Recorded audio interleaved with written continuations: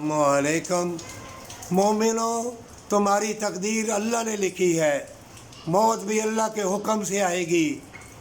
ये इतनी बदकारी मकारी, ये सोने के महल, ये बड़ी बड़ी गाड़ियाँ बंगले, ये दुनिया के तलबगार, बेशक हसीन फितने आएंगे और एक मर्द 4-4 5-5 शादियाँ भी करेगा, फिर भी औरतें बहुत ज़्यादा होंगी। ये हदीसों में लिखा हुआ है। और मोमिनों का तमस्सर कभी ना उड़ाना।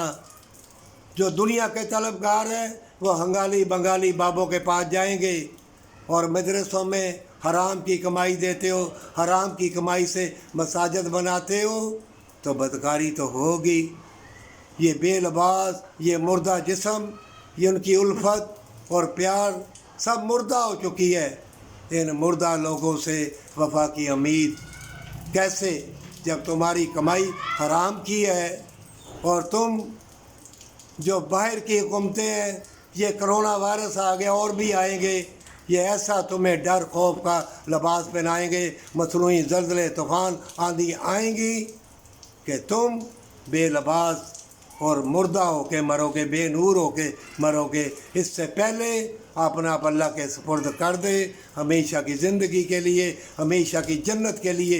मोमिनो, जन्नत उसमें है। मजबूरों की, यतीमों की, बेवाओं की मदद करो और रहम खाओ अपने ऊपर।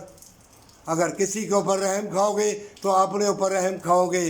जन्नत यूँ ही नहीं तुमको मिलेगी, जन्नत तुम्हें मिलेगी एक दूसरे से भलाई के साथ। चाहे दुनिया के आलम दीन बन जाओ, चाहे कितने बड़े नमाजी परहेजगार बन जाओ, चाहे कितने तुमने हज किए हो, जब मजबूरों के साथ वफा नहीं करोगे और कोठियाँ बिल्ड के लोगों को दिखाने के लिए बनाना नहीं छोड़ोगे, उस वक़्त तक तुम्हारा जिस्म बेचैन बेकरार ही रहेगा। इस जिस्म की खुराक ज़िक्र अल्लाह है और वफ़ा और मोहब्बत और प्यार है, एक दूसरे की मदद है, हमेशा की जन्नत के लिए पर सच्ची तौबा के साथ।